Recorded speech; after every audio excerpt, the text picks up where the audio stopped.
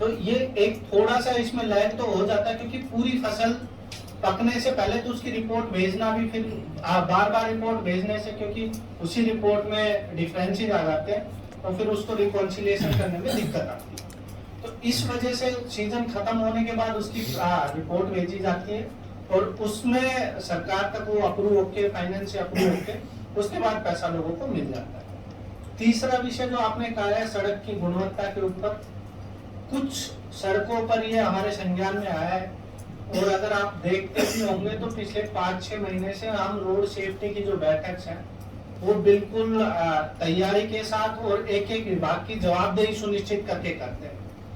अलग अलग विषय निकल के आते हैं, क्योंकि कुछ जगह पर पानी का जो ड्रेनेज का है वो इस तरीके से समाधान नहीं हो पाता कि सड़क के ऊपर पानी ना आए। जो तारकोल की सड़कें उनका सबसे मेन कारण टूटने का ड्रेनेज का है, जिसमें कई बार ऐसा होता है कि जो रोड ओनिंग एजेंसी उसके पास भी इतनी जमीन अवेलेबल नहीं होती, या कहीं पे सूटेबल नाले तक उसको ले जाके छोड़ा जाए, कई बार पॉन्ड ओवरफ्लो हो जाते हैं। लेकिन जहां जहां भी क्वालिटी का इशू है, ऐसे सभी इशू हमने टेकअप किए हुए हैं और उनमें सैंपलिंग करके और उनकी जो ठेकेदार है उन्हीं पर लायबिलिटी डालती है, उनको दुरुस्त करवाया जाता है और कोई सड़क में खामी मिलेगी तो उस पर जुर्माना भी लगाने से नहीं हिचकेंगे। डॉक्टर साहब, अभी एसपी कोठी के सामने सफेदो रोड पे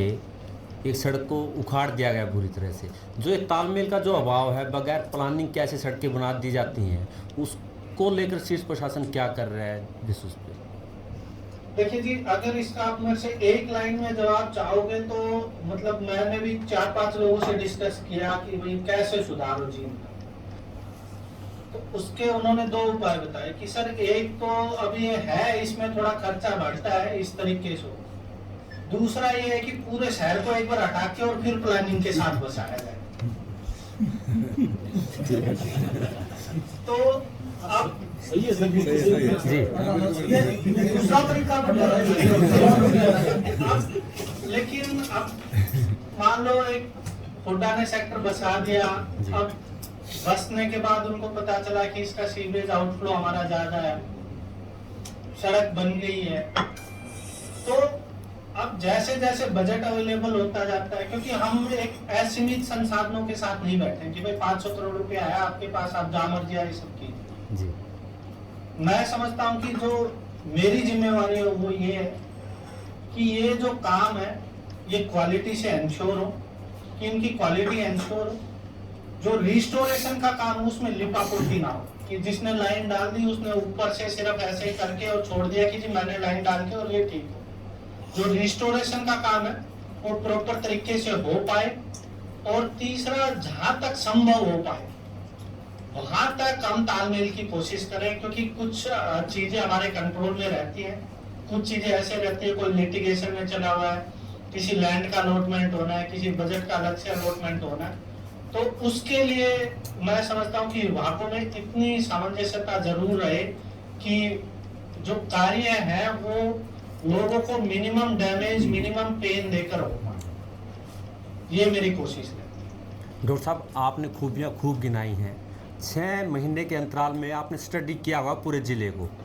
5 खामियां ऐसी क्या हैं जिन्हें दूर करना जरूरी है ज़िले के लिए विशेष? देखिए, अगर सिर्फ 5 की कहें तो ऐसा नहीं है कि 5 खामियां ही हैं, बहुत सारे विषय हैं जिन पे हमारा काम किया जाना जरूरी है। जींद का जो भविष्य है वो मुझे अच्छा होता नजर आ रहा है। कारण ये है कि सभी तरीके की रोड कनेक्टिविटी आके आज के दिन जींद में इकट्ठी हो रही, चाहे आप 152D को देखेंगे या फिर आपने ये जो आपका रोहतक जींद नरवाड़ा है, हालांकि अभी रोहतक जींद पोर्शन थोड़ा सा उसमें है। इसके अतिरिक्त आपका पानीपत से डबवाली का जो हाईवे है उसका भी नोटिफिकेशन जल्दी आ जाएगा। तो NE5 का काम आपने देखा हुआ द्रुत गति से चल रहा है। तो